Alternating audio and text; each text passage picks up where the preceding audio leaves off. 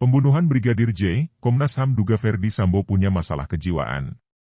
Tempo, Ko, Jakarta, Ketua Komisi Hak Asasi Manusia, Ahmad Taufan Damanik mengungkapkan bahwa pihaknya menduga bahwa Ferdy Sambo mempunyai masalah kejiwaan hingga melakukan pembunuhan kepada Nofriansyah Yosua Huta Barat alias Brigadir J.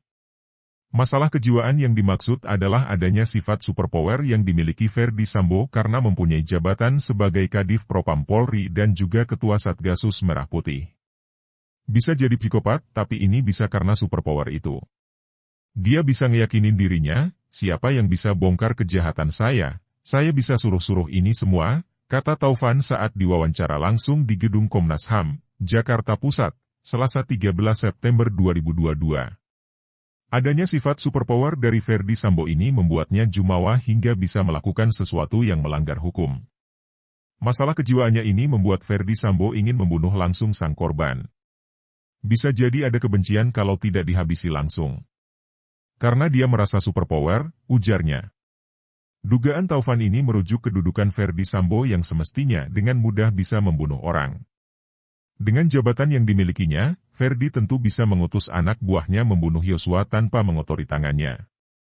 Namun pada kejadian ini, Sambo justru diduga ingin membunuh Yosua secara langsung. Sambo ini semestinya bisa dengan mudah menculik Yosua lalu dibawa ke Depok terus dibunuh ditabrakin truk gitu kan bisa. Ngapain dia sampai susah-susah bunuh Yosua sendiri apalagi di rumah dinasnya sendiri lagi. Ini yang aneh menurut saya, kata Taufan. Dugaan Taufan semakin kuat ditambah dengan kesaksiannya yang melihat Ferdy Sambo cukup tenang menghadapi pembunuhan ini. Maka kita bilang extrajudicial killing. Maka kita bilang dengan kekuasaannya dia bisa membunuh orang dengan semena-mena karena dia yakin tidak ada orang yang bisa bongkar itu. Gak ada yang berani bongkar itu. Tenang loh dia, tanggal 8 kejadian, 11 sore baru diumumkan diatur semua sama dia, ujarnya. Dugaan munculnya penyakit kejiwaan ini juga berdasar pada Ferdy Sambo yang terlihat bisa menjadi garang namun suatu waktu bisa menangis. Waktu ngobrol sama saya itu dia nangis-nangis gitu. Tapi coba kamu lihat pada saat rekonstruksi kejadian itu, dia terlihat bengis, kata Taufan. Secara psikologi, menurut Taufan Sambo itu merasa kalau melakukan pelanggaran hukum itu dia bakal gak bisa kena. Karena dia superpower bahkan superpower dari Kapolri. Logikanya untuk membunuh kan pasti punya cara untuk menghilangkan jejak. Dia kan seharusnya bisa nyuruh orang untuk membunuh Yosua, tapi ini orang ingin melihat langsung pembunuhan itu. Ini terbuktikan sudah berhari-hari susah sekali untuk menjerat dia, ujarnya. Akibat abuse of power. Taufan menduga bahwa Ferdy Sambo berani melakukan pembunuhan terhadap Yosua adalah dikarenakan adanya sifat abuse of power. Bahkan Taufan menilai Ferdy Sambo sudah satu tingkatan dari abuse of power karena dia sudah bisa memerintahkan orang-orang yang bukan anak buahnya. Jadi Sambo ini lebih dari abuse of power karena dia sudah bisa memerintahkan yang bukan anak buahnya loh. Abuse of power ini dalam konteks politiknya kan semisal saya Menteri Keuangan, saya menggunakan kapasitas Menteri Keuangan saya untuk kepentingan saya. Dengan jabatan saya bisa melakukan hal yang seenak saya, kata Taufan. Tapi kalau di Sambo, saya Menteri Keuangan, tapi Menteri Keuangan yang bisa menggunakan kekuatan di kementerian-kementerian lain. Maka kalau dari itu sudah lebih dari abuse of power itu. Karena di luar jangkauan kekuasaannya dia sudah bisa jangkau kekuatan itu demi kekuatan dia. Sambo gitu, tambahnya. Selanjutnya, staf ahli Kapolri pun.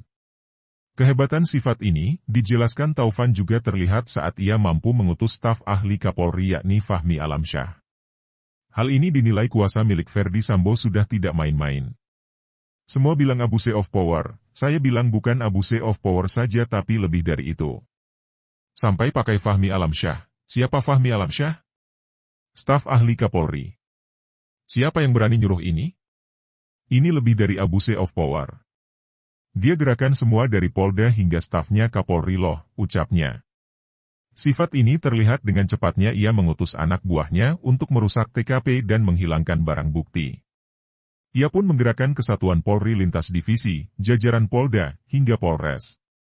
Disampaikan oleh Taufan bahwa saat ini ia telah mampu mengerahkan sekitar 90 anggota kepolisian untuk melakukan obstruction of justice. Ia mengerahkan puluhan polisi tersebut untuk ikut merusak TKP, membuat disinformasi, menghilangkan barang bukti dan lain-lain. Setelah kejadian pembunuhan itu dia hubungi semua anak buahnya, suruh bersin ini hapus ini dan semua orang digerakkan.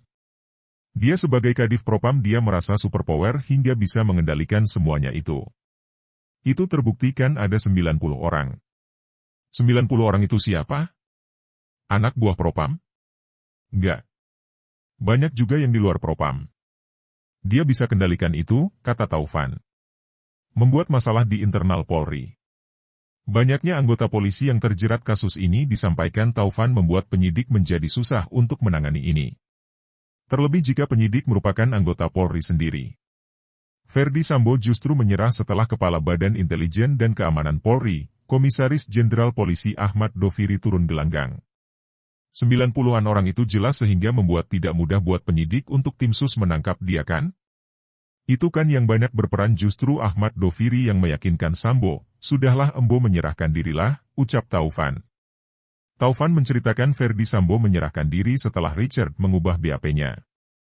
Sambo kemudian dijemput oleh Kepala Divisi Tik Polri Irjen Slamet Uliandi untuk ke Mako Brimob Polri untuk menyerahkan diri. Tadinya dia gak mau karena sulit banget tuh penyidik nangkap dia itu dampak dari kekuatan Satgasus itu. Seperti memberikan dukungan kepada Sambo sehingga penyidik itu jadi berat sekali untuk mengambil dia, kata Taufan. Taufan menduga hal ini terjadi karena Ferdi Sambo dengan cepat bisa naik jabatan. Dengan percepatan itu, Sambo belum mempunyai kesiapan untuk memiliki anak buah yang banyak.